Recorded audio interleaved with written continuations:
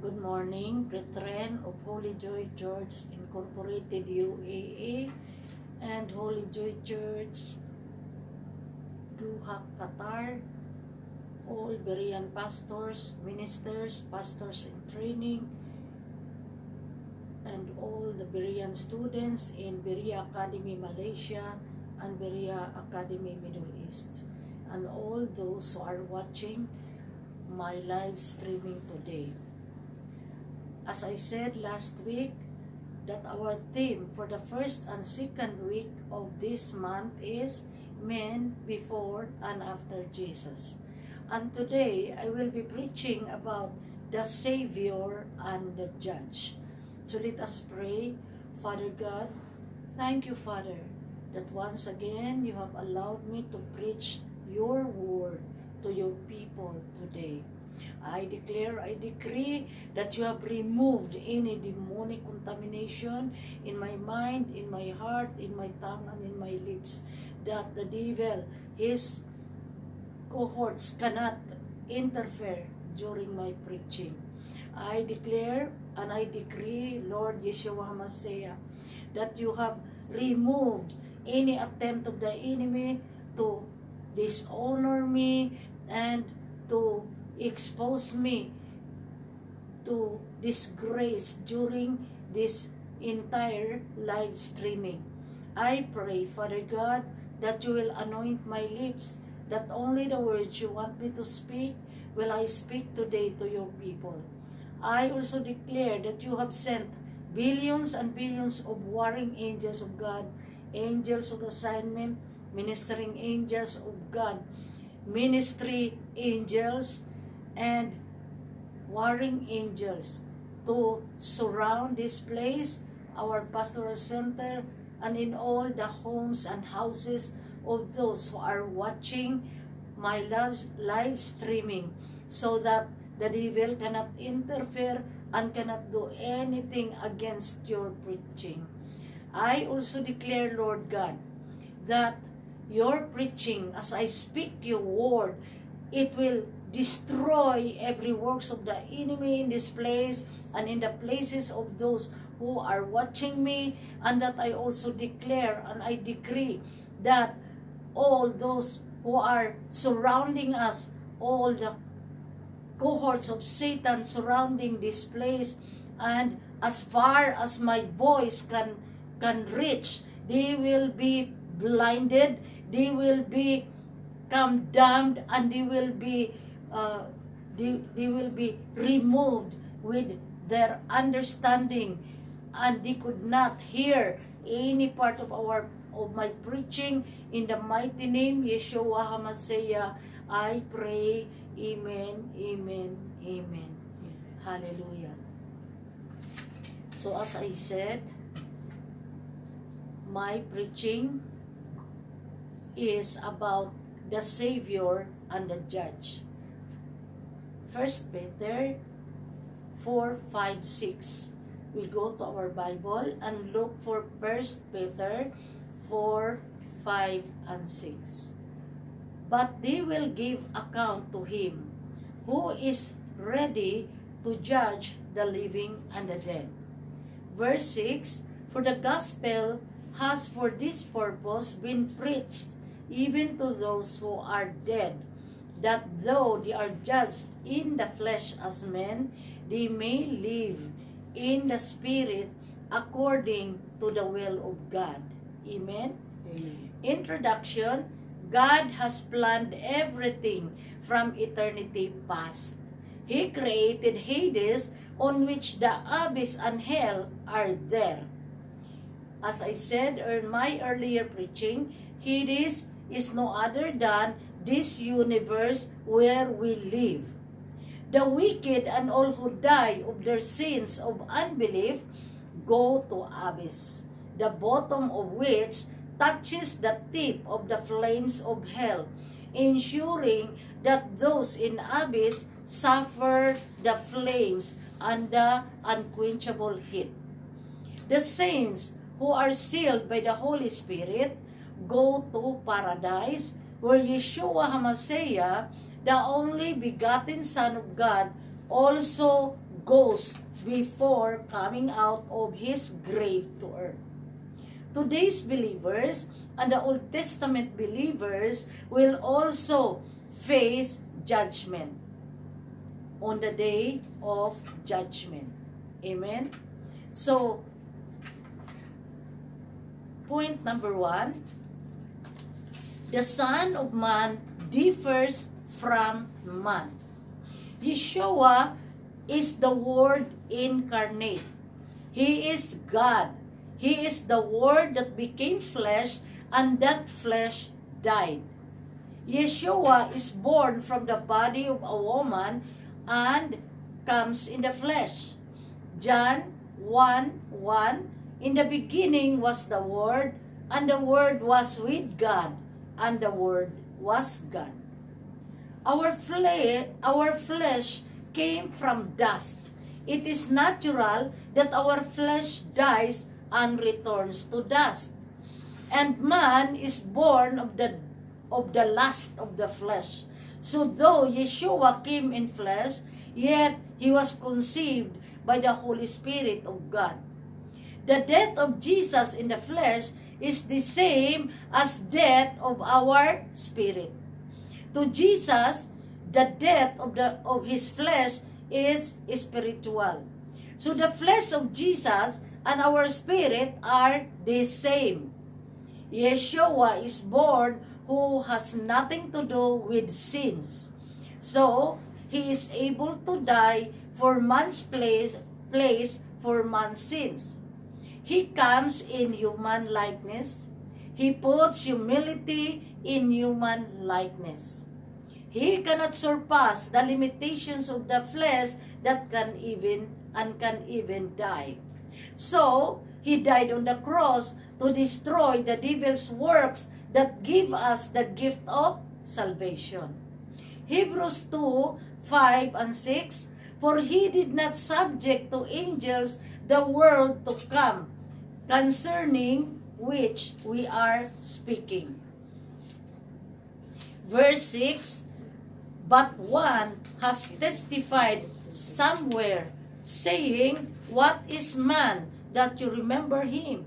Or the Son of Man that you are concerned with him?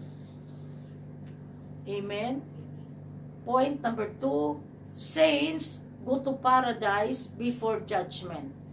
I already mentioned it in my past preaching, but again, I will repeat so that each one of us will be able to absorb my preaching. Yeshua HaMashiach was the first to resurrect from paradise. So paradise was the place where the Son of God rested shortly before resurrection. He was the first fruit of resurrection. So ang kanyang katawan after burial went to paradise, and siya po ang kauna-unahan to resurrect from paradise. This body remained in the tomb, but his spirit was already in paradise. In Luke 16:19-31, we can see how the rich man asked Abraham to send Lazarus, who was in Abraham's bosom. Abraham's bosom and paradise are the same.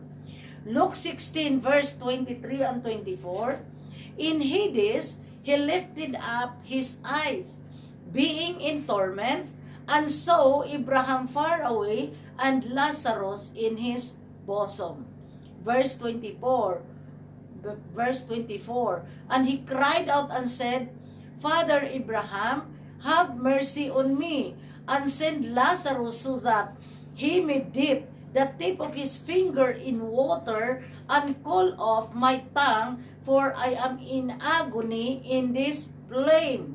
So, nakita natin na ang rich man was thrown into Hades immediately after he died. And si Lazarus, yung poor man na palaging nag-antay ng mga pagkain outside his gate, because this rich man ay always wearing fine linen cloth. Si Lazarus andun sa Abraham's bosom, or yung tinatawag nating paradise. Doon sa abyss, as I explained last time, mainit. Bakit siya mainit? Because as I said, at the bottom of the abyss, it is touching the flames from hell. Kumbaga, ang hell is underneath the Hades. Today, those who believe in Yeshua HaMashiach will have eternal life. This is made possible because when they receive Yeshua HaMashiach as their Lord and Savior, they also receive His Spirit that will give them eternal life. Sinasabi ko na rin in many of my preachings that when Adam and Eve sinned, their spirit died. So there was a spiritual death. And so all the men, humankind, became spiritually dead because they inherited the sin of Adam. And I will declare again that when man becomes born again, Yeshua HaMashiach will never resurrect our spiritual being. But what He did was He gave us His own Spirit. And because He is God, He is eternal, the Spirit that He gives us so that we become born again is eternal. That's why we claim that when we become born again, we have eternal life. So the people in this age of grace receive the promise of salvation. Christ takes away the sins and gives us the promise of salvation. And because of us, the people in the past were made perfect. Because of the people in the past, we died. But because of us, they were made perfect. I-explain ko. Sinabi ko that because of the people in the past, we died. Dahil, di ba, Adam and Eve belong to the people in the past. And we died because of their sins of disobedience.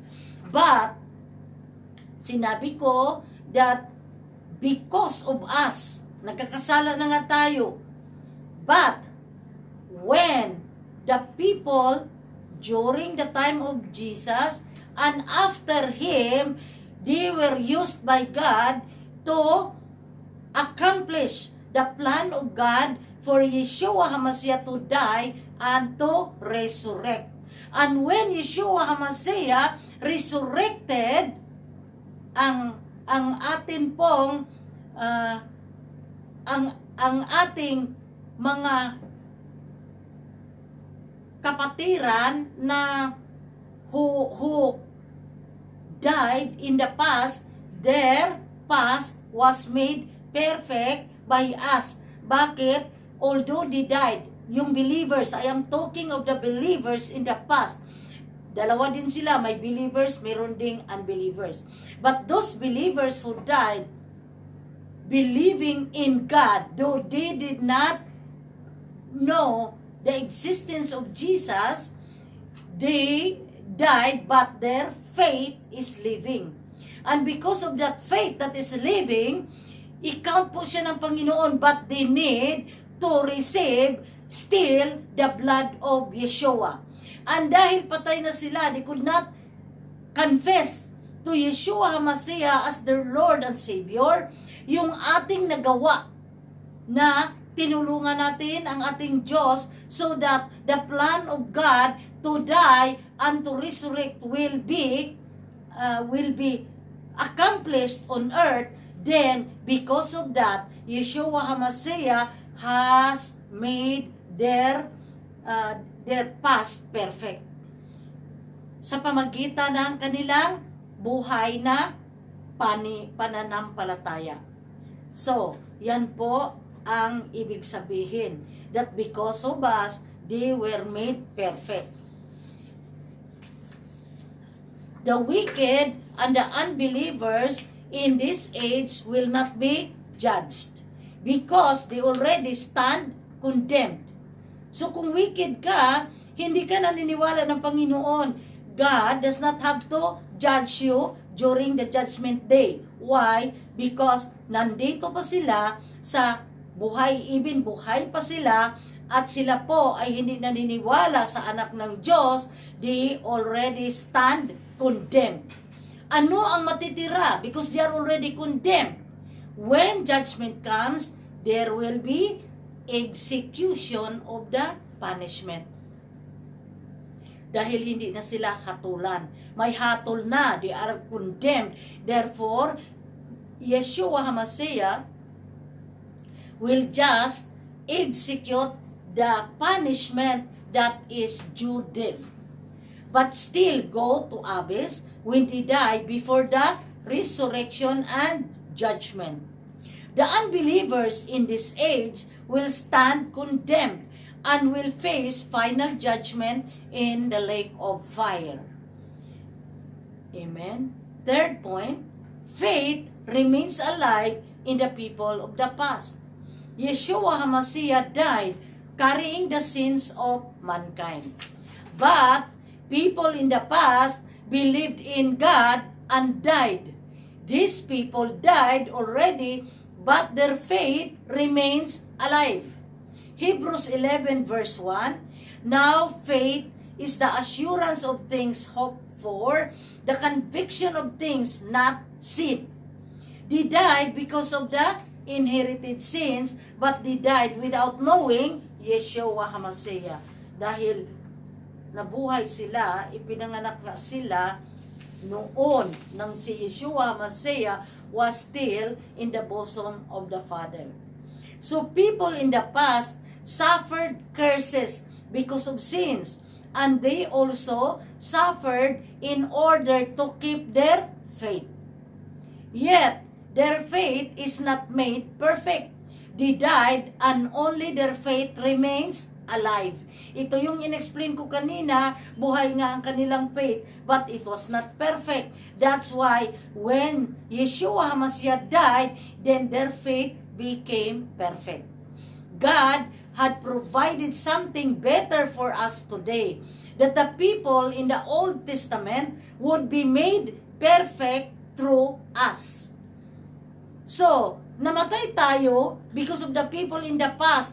But ang people in the past, dahil sa ating pagtulong ng Panginoon so that the plan of God will be accomplished, they also benefited from it. And their faith was made perfect. And because their faith was made perfect, ang banal na dugo ng ating Diyos na buhay would also save those who believed. But those who did not believe and died in the past, they would be judged. Amen? Then the people of today's sin and the blood of Yeshua shed on the cross made the faith of the people in the Old Testament perfect. So paano sila na perfect? Blood of Yeshua shed on the cross made the faith of the people in the Old Testament perfect. Hebrews chapter 11, 39 and 40. And all this, having gained approval through their faith, did not receive what was promised. Verse 40, because God had provided something better for us, so that apart from us, they would not be made perfect. So after Yeshua resurrected, His light must enter the people of the past in order for their spirits to live. So naintindihan ninyo, after Yeshua HaMashiach resurrected, ang buhay ng Panginoon must enter the people of the past in order for their spirits to live. Hence, their spirit is dead because of sin. When Yeshua died, these people were already dead because of their sins. And Yeshua HaMashiach does not need to die for their sins because they were already dead of their own sins. Though they have received the testimony of faith and they believe, they have died without receiving the promise of salvation. So alam nila na may darating na salvation, but namatay sila without receiving it. So they received the promise, the testimony of faith, but they died without receiving the promise of salvation. Yun po ang kanilang katayuan. Kaya, isave pa rin ni Lord ang mga nag-believe in the past, though they did not meet Yeshua HaMashiach, dahil sila po hanggang sa kamatayan naniniwala that there is a Savior who will come. But they did not receive the salvation because they died before Yeshua HaMashiach came and manifested in the flesh. Amen? So though they have received the testimony of faith and they believed, in the past, during Old Testament times, the people died because of Adam's sin. Pareho din natin. Tayo namatay because of Adam's sin. If the people in the past believe, they will be saved. The unbelievers among them, the people who did not have faith in the past, will be judged. Yun lang pong hatulan ng Panginoon, yun lamang unbelievers na namatay among the Old Testament people. During the judgment time, they will be judged according to good and evil. So ang basihan po ng Panginoon pag-judge, yung good and evil. Kung good ba ginawa nila or bad. To prepare them for judgment, Yeshua HaMashiach, after reaching the abyss, pumunta po ang Panginoon doon siya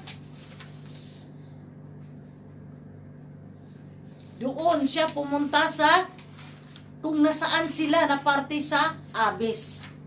So Luke 16:24,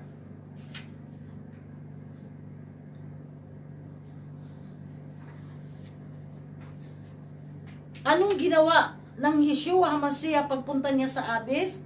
Galing siya sa paradise. Sabi ko, to prepare them for judgment, Yeshua HaMashiach, after reaching the abyss, went to preach the gospel. Siya mismo ang nag-preach sa kanila. Hindi niya sila hayaan na will be destroyed in the lake of fire dahil nga namatay sila with the living faith. So he went there to preach the gospel to the dead during the time of Noah. Siya lang ang pwedeng pupunta doon at mag-preach dahil patay na nga ito sila, people in the past. 1 Peter chapter 3 verses 19 to 20, in which also he went and made proclamation to the spirits now in prison. Verse 20, who once were disobedient when the patience of God kept waiting in the days of Noah, during the construction of the ark, in which a few, that is 8 persons, were brought safely through the water. So, ito sila na prinityan niya, kasama dito ang mga namatay during the flood of Noah, na anuman ang sinasabi ni Noah, hindi nila pinaniniwalaan. So, patuloy silang gumawa ng masama. So, sino ang nasave during the flood at umakyat sa Ark of Noah? Si Noah lang, 3 anak niya, at mga asawa nila, 8 in all. So, all the people in the past will be held accountable to Yeshua HaMashiach. Kaya talagang bumaba siya at nag-preach sa kanila. 1 Peter 4 verses 5 to 6, ito po ang binasa ko kaninang scriptural verse, but they will give account to him who is ready to judge the living and the dead. So verse 6, for the gospel has for this purpose been preached even to those who are dead, that though they are judged in the flesh as men, they may live in the spirit according to the will of God. So ganyan po ang dalawang verses natin sa Bible talking about how Yeshua HaMashiach preached to those who are already dead when He came. Fourth point, people born after Yeshua. So, yan, pinag-usapan natin ang lahat na ipinanganak before Yeshua HaMashiach was born. We will now talk about the people born after Him. People after Yeshua HaMashiach and people in the future have also sins. Lahat may kasalanan, even tayo ngayon at yung mga tao na ipanganak in the future. Yeshua carried all the sins born after the time of Yeshua. Romans 8 verse 3, for what the law could not do, weak as it was through the flesh, God did, sending His own Son in the likeness of sinful flesh, and as an offering for sin, He condemned sin in the flesh. Kaya, kailangan ng Panginoon na ipanganak ng tao, dahil po kailangan niyang ma-experience ang lahat ng maranasan ng tao, including His death on the cross. Since the Son of God carried their sins, what remains is their unbelief. So, ulitin ko, we are now discussing about the people after Yeshua.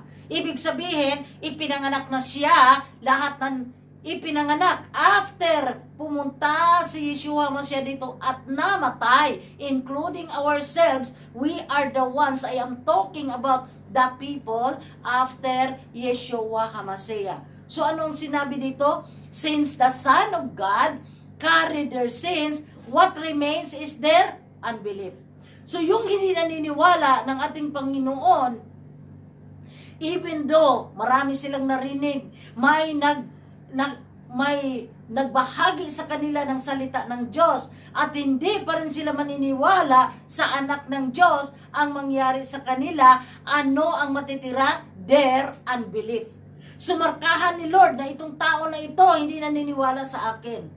The people in the Old Testament died because of disobedience, the sin of Adam. But if the people at this time, ngayon, after Jesus, do not believe in Yeshua HaMashiach, the sin they committed is unbelief.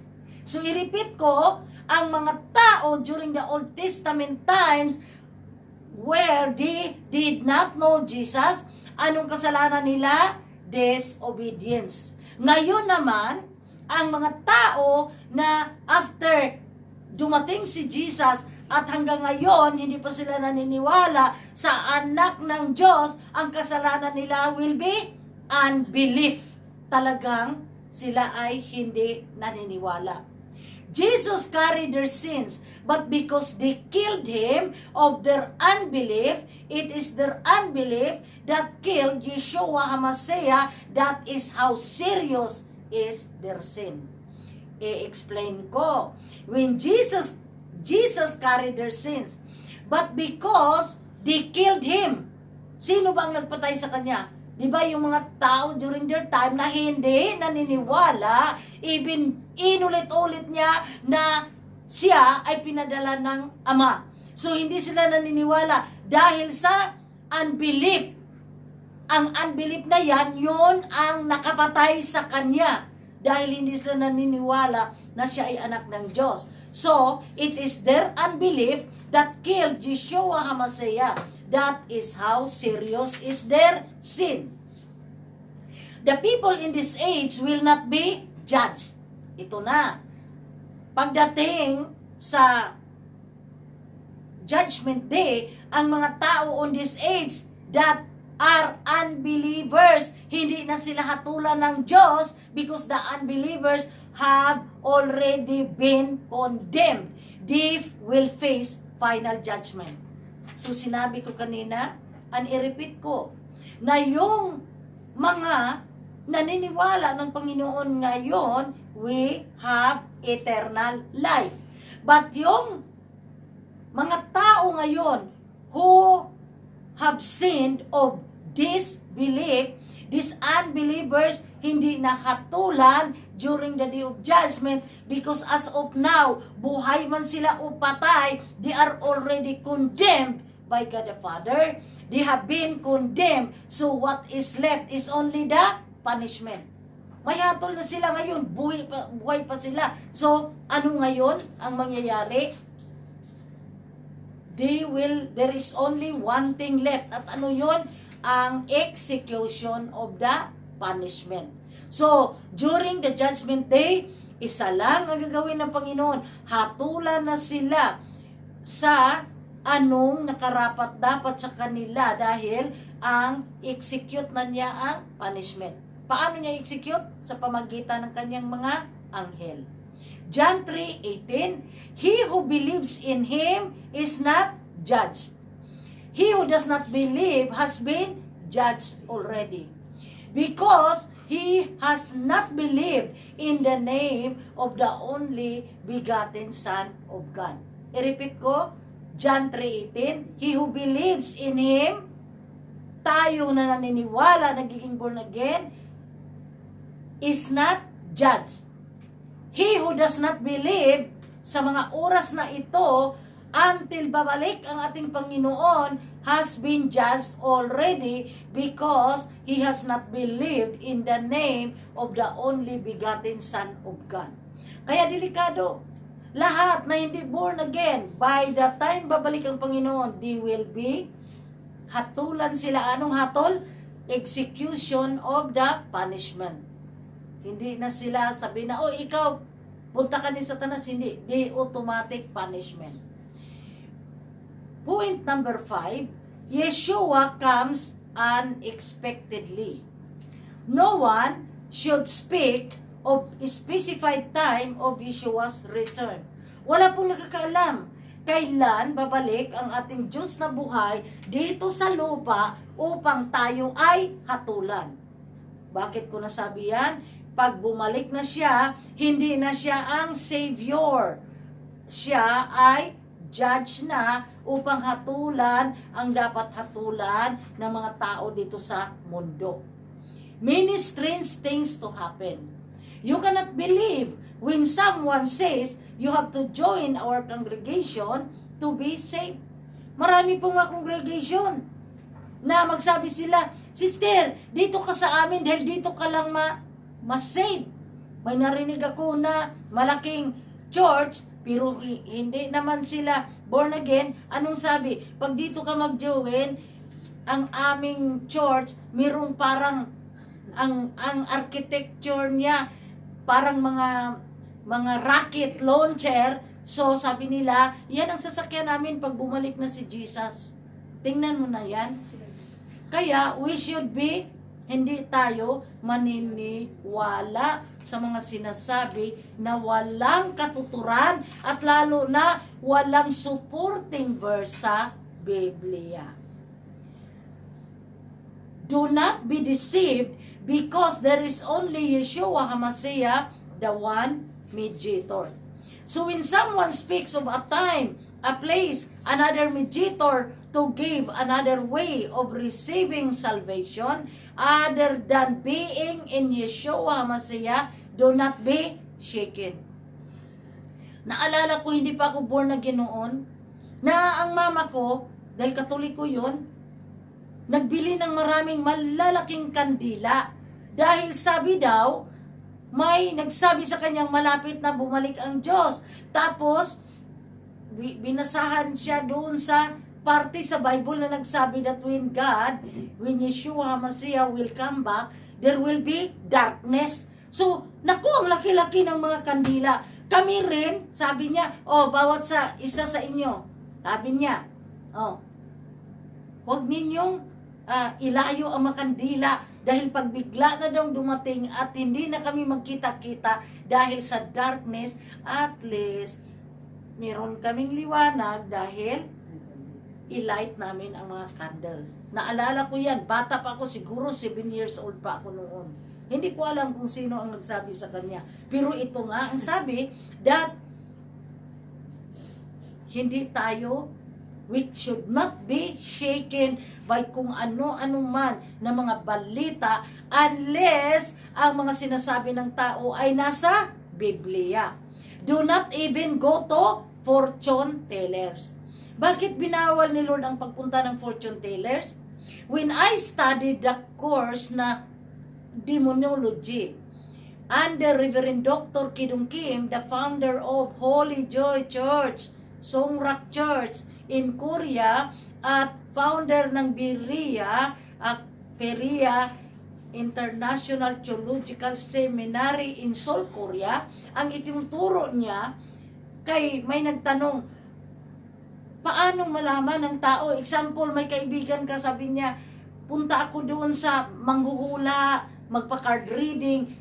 Paano naman daw malaman? Dahil may alam sila, parang totoo na may sabi niya, dahil kasi ang manghuhula may masamang espiritu. Kung ang lumapit doon, hindi talaga lalapit doon ang mga born again. Dahil kasi naiba na ang kanilang espiritu. They have now the Spirit of Yeshua Messiah. So kung hindi yan believer ng Diyos, pupunta siya doon. Ngayon, ang karga, ang manghuhula, ang mga card reader at sino pa na andyan na doon nila puntahan para kailangan malaman ko kung kailan ako mag-abroad. Di ba? Maraming gumagawa niyan eh. Nagpunta sa card reader, nagpunta doon sa palm reader. May karga yun. May mga demonyo siya. So ang demonyo nakarga rin nang lumapit para magpa-card reader, mag-usap sila. Hindi ka naman makarinig. Ito explanation ni Dr. Kidung Kim. So, para maalam niya, kausapin siya ang demonyo at saka yung demonyong nagharap na ngayon, sabihin niya, ano ba ito? So, sabihin ng demonyong karga sa babae o lalaki na gustong magpahula. Saan niya sabihin? Doon sa demonyo na karga sa manghuhula. So, while mag-usap sila, makita talaga na, ay, naku, totoo itong sinabi niya. Ganyan po ang communication, kaya magulat ka na lang na may sasabihin ang manghuhula na alam mo, nangyayari sa buhay mo, pero itong tandaan ninyo, ang manghuhula, wala pong masasabi for the future. Ano yung ongoing? For example, di ba, nagpunta ka doon para malaman mo kung kailan ka aalis dahil nag-apply ka matagal na. So, ano yung ginagawa mo today, yun ang alam ng karga mo. Dahil, siyempre, nasa katawan mo. Pero, hindi siya makapagsabi na, 10 years from now, magiging bilyonaryo ka. Wala po. Because only God knows what is in the future. At ang Panginoon, hindi po mangusap sa mga card reader, hindi po siya mangusap sa mga palm reader at mga numerologist. Saan siya mangusap? To his prophet. Sa propeta siya mangusap. Bali, anak ng Diyos, doon siya mangusap. So, anong alam ngayon? Tapos, magtanong ka, kailan kaya ako magkakaroon ng pera na hindi ako mahirapan sa buhay? Sabihin ngayon walang alam ang karga niya at ang mo, kaya wala man silang basihan. Ano ang makita ng karga ng taong lumalapit sa mga card reader, yun lang ikwento niya. So dahil walang alam, kung ano-ano na lang sinasabi, sister, 5 years from now, pero walang katotohanan yon. Dahil ikaw mismo, dahil ang unang sasabihin ng palm reader at card reader, yung nakaraan mo. So sabihin mo, ay totoo ito dahil may part sa buhay ko na alam niya. So naniniwala ka ngayon. Pero sa totoo, mga future events hindi yan nila alam dahil walang magsasabi. Kaya sinabi ko, ang karga nila hanggang present time. Past and present lang ang alam nila. Amen? Even sa mga dyan sa church, magsabi siya na ako ay propeta, mag-prophesy siya. Malaman mo yan na hindi si Lord ang nag-utos at mga demonyo ang nag-utos. Why? Ang masabi niya, yun lang nangyayari noon at ngayon. Wala siyang masasabi for future dahil nga sabi ko, only God knows it. So, wala siyang sasabihin na, ay ikaw makapag-asawa ka ng ganito. Wala pong ganun. Kung magsasabi man yan, hindi totoo yan. Dahil wala pong basihan. Only God knows. Maliban kung ang magsasabi, katulad ni Prophet Sado, alam natin na siya ay talagang hinirang, appointed as prophet of God to the nations. So magsabi siya, nagsabi ang Panginoon, we will prepare ourselves for 2020, the entire year. 2020, we will prepare for a hard na mangyayari sa buhay by 2021. Ayan, maniwala ka. Dahil alam na natin na siya ay talagang hinirang na propeta. Pero kung mga palm reader, kaya ako never akong hindi pa ako born again, pero parang ayaw ko sa sarili ko. Amen?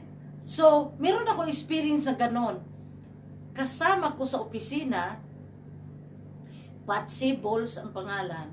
Sabi niya, Lee, samahan mo ako kay si Jojo akuin daw. Will known yan siya na nagaano siya. May sasabihin siya na ganito. Pumunta sa Cebu. Cebu kami based eh. So, sinamahan ko siya. Kay kaibigan ko ito si Patsy. Ngayon, ang nangyayari, pumasok siya. Ako, nagpaiwan lang ako dun sa parang living room. Nasa loob ng hotel siya eh.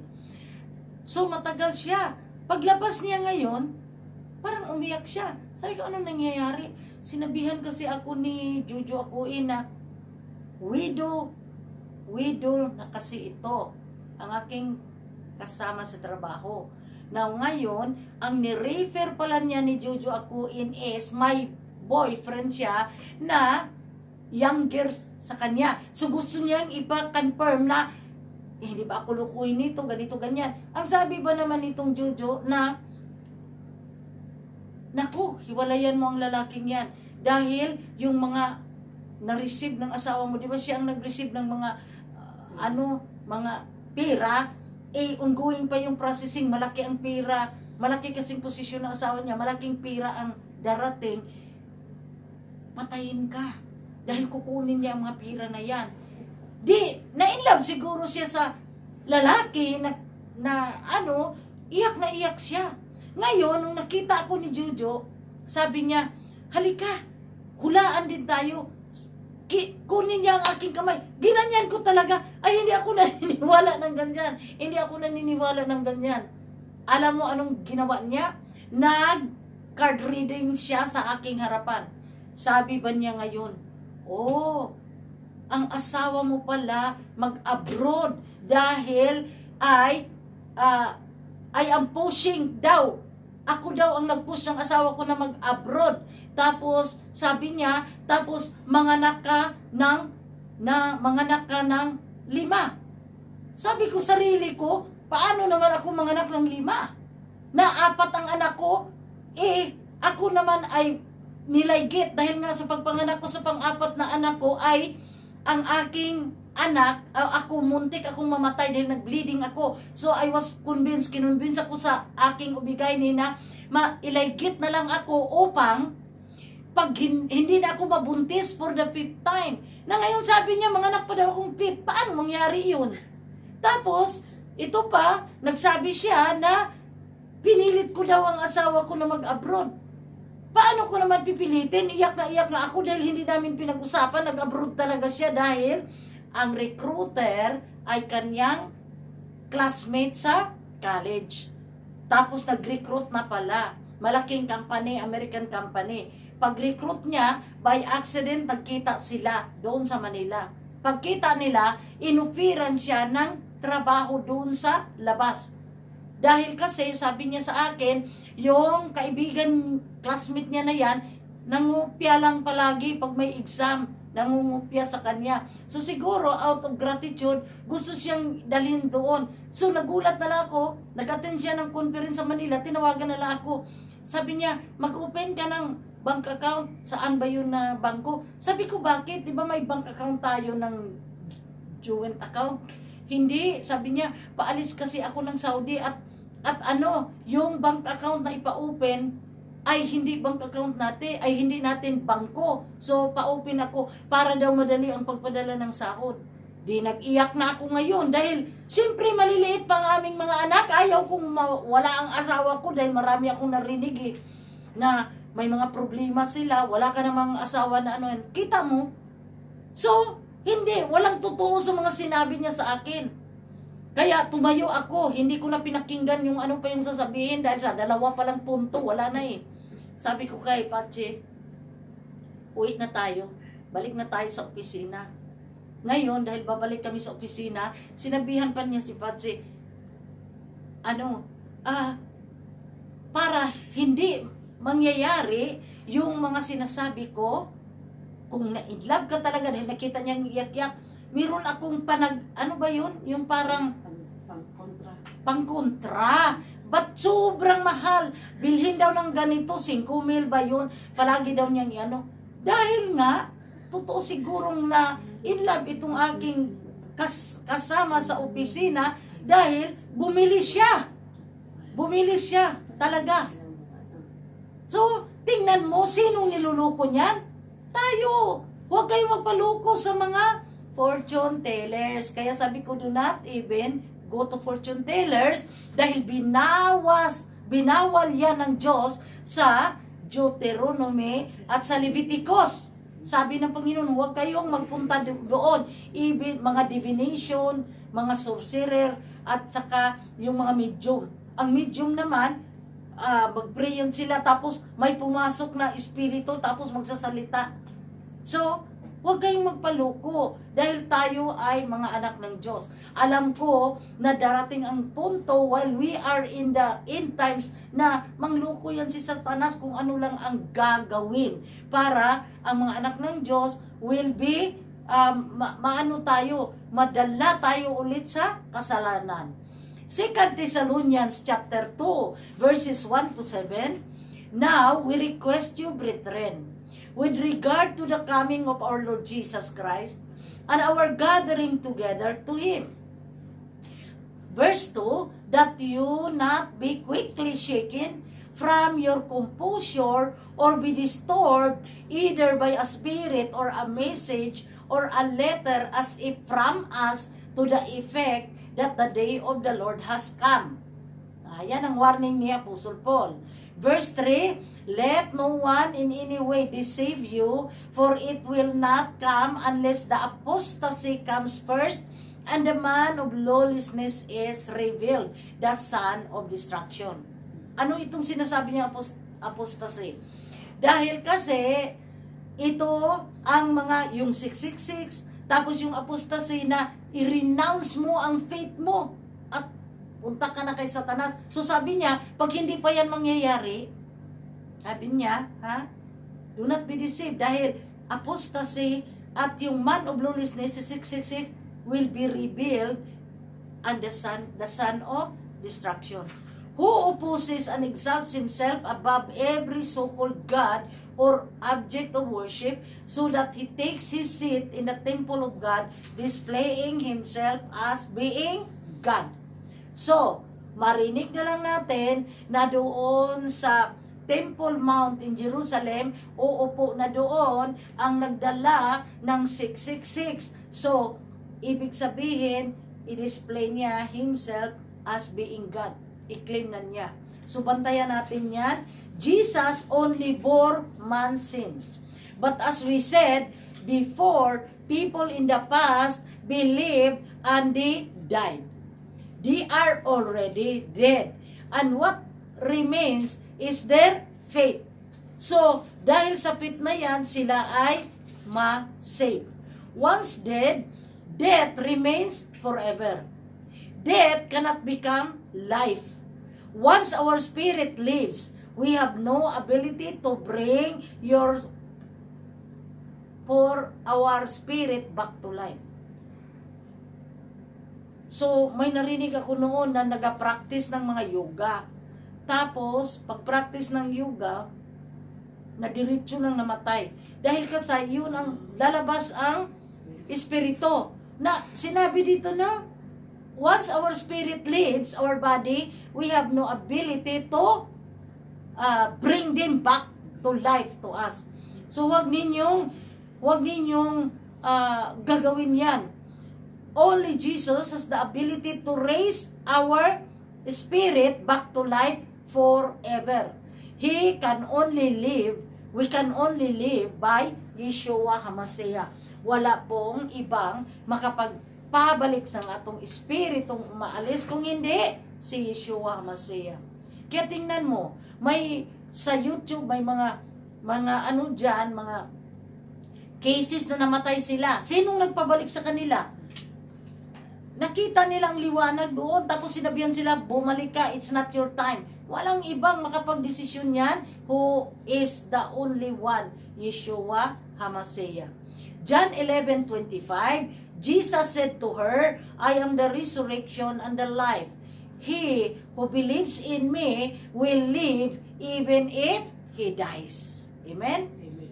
6th point, and the last, prepare for the return of the judge. Ang title ng preaching ko, Savior and Judge. So kanina, na-discuss ko na ang Savior natin. Now, we go to His other trabaho, which is to be the Judge.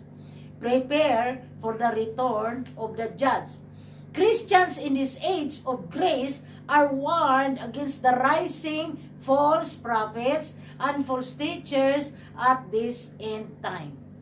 Apostle Paul, in his letter to the Thessalonians, has counseled the people of God to be faithful to God and be aware that whatever happens, there is only one mediator, Yeshua HaMashiach.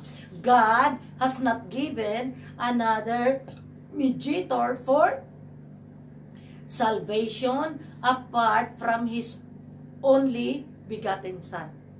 Wala pong iba na binigay sa atin ang ating Panginoon kung hindi isa lang ang ating Savior, si Yeshua HaMashiach lamang.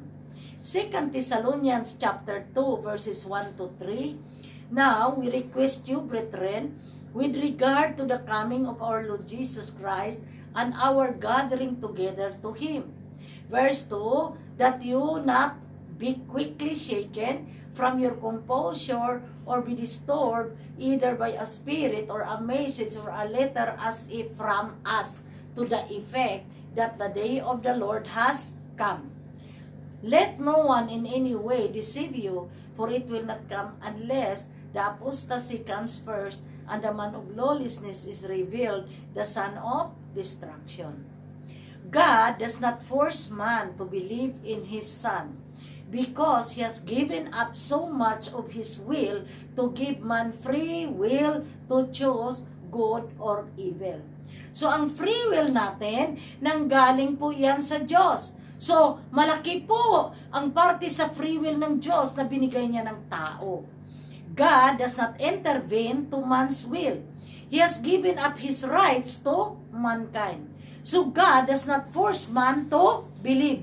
Kaya hindi tayo pinili ng ating Diyos na buhay na maniniwala sa mga bagay na manggaling sa Kanya. Dahil kasi, para sa Panginoon, He has already chosen to give us free will, and that part ng Kanyang rights have been surrendered to us upang ang tao can decide what to do and what to do, or to believe and not to believe. However, on Judgment Day, God will make a distinction between the saints and the believers in this present age. Merong distinction na gawin ng Diyos. And between the believers and unbelievers in the Old Testament. The saints will be rewarded with the first resurrection and the eternal life in the New Jerusalem. The believers in this age will be resurrected and be judged last with the people of the past.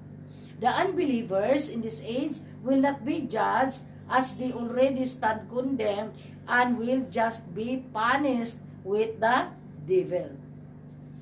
The Old Testament people who died believing in God but did not know Yeshua HaMashiach will be saved as their faith was made perfect by Yeshua HaMashiach's blood shed on the cross. The unbelievers in the past will be judged and thrown with the devil into the lake of fire. Anyone watching and listening to the live streaming today and is ready to receive Yeshua HaMashiach as his personal Lord and Savior, I now encourage you to follow me in praying the sinner's prayer. Huwag kayong magdalawang isip whether i-accept ninyo ang Panginoon o hindi, dahil there is no other who can save us, si Yeshua HaMashiach lang, o tinatawag natin siyang Jesus of Nazareth. So let us pray. Father God, I am grateful that you have sent your only begotten Son, Yeshua HaMashiach, to this world to destroy the devil's work and to redeem your name unto your people. I thank you, O Lord God, for being with us to take us back to your dwelling place. I now invite Yeshua HaMashiach to enter my heart and dwell in it as my personal Savior, Master, and God. Forgive me, Lord Jesus of Nazareth, for disregarding you and sinning against you for a long, long time. Forgive all my sins and help me also to forgive others who have sinned against me. Write my name in the book of life, Lord Jesus of Nazareth, so that on Judgment Day, I will be with you in the New Jerusalem.